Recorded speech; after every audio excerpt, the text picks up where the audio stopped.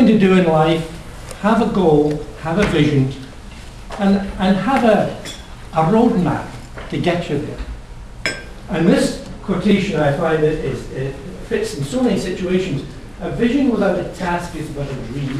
A task without a vision is but drudgery. A vision with a task is the hope of the world. And if I may steal that last sentence, turn it around a little bit and say, a vision with a task is the hope of Vancouver Island, because that's what we're talking about. We're talking about the context, in the context of Vancouver Island. And that was supposedly back in 1986, so it still carries, I think, some merit. We talk about creating our future, and we talk about the term, the new business as usual.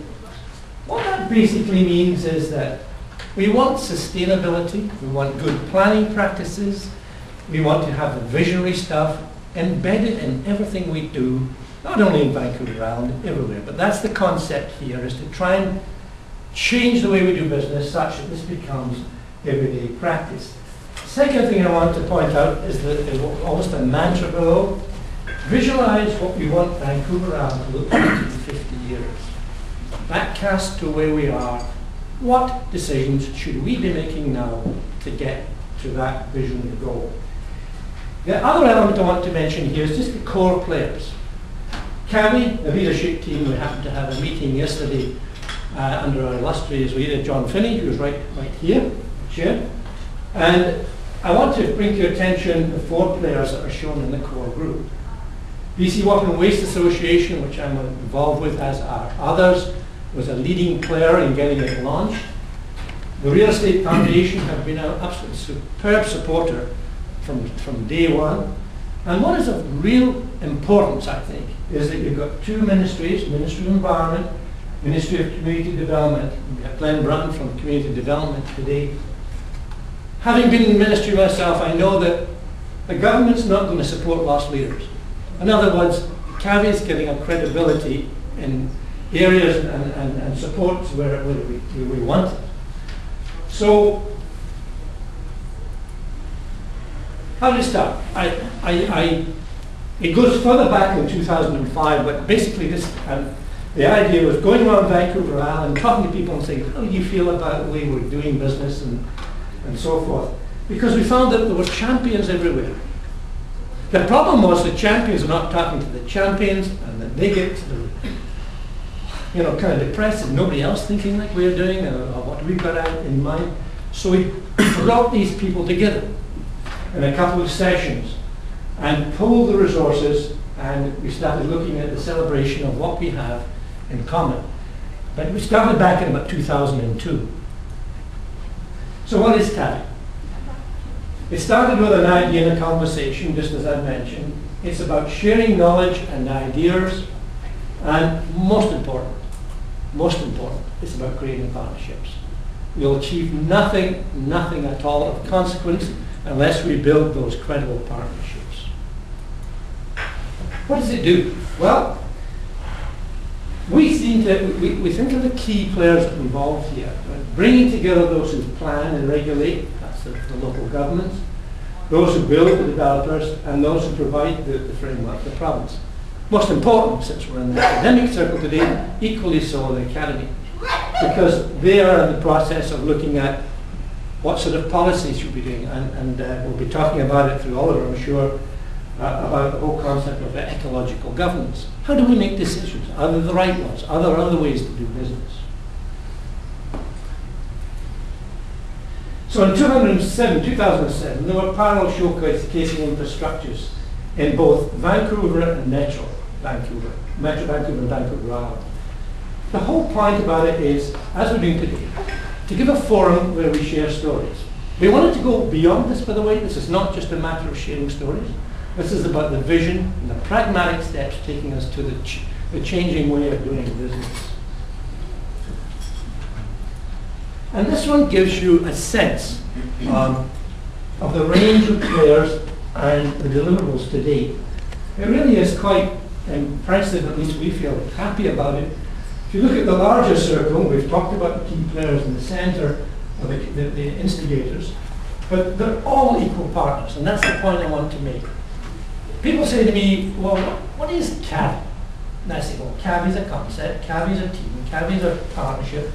It's in a way a different way of doing governance. It's not the provincial government saying thou shalt, or the private saying you must, but all these parties are involved with the common concept of working towards sustainability. So we've engaged, and I want to mention this ecological economics because we've come across or met through circumstances a lady called Eva Kras, who is the chair of the Canadian Society of Ecological Economics. And she's got a conference coming off on in October of next year, and have invited CAVI to be part of that team, which we find is very privileged. So the whole point is here that we've all seen these, taking things like living water smart and thinking beyond pumps and pipes, translating that into action. This is a wonderful kind of guiding document, no question about it. We want to get that, where the rubber hits the road, translate that to real action on the ground. That's a supporting role of CAVI. That's what we're trying to do, is to draw people together. This is a central part of the whole idea of CAVI. You can't do anything, and we all know that, without water, whether we're talking about business, whether we're talking about fisheries, whether we're talking about self-sustaining domestic situations or whatever.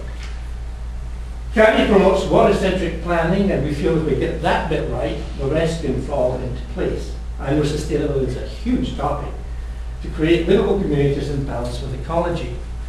I'm reminded of Goethe, the German poet, said, all is born of water, all is sustained by water. The whole thing about that, everything we do is around water and its sustainability.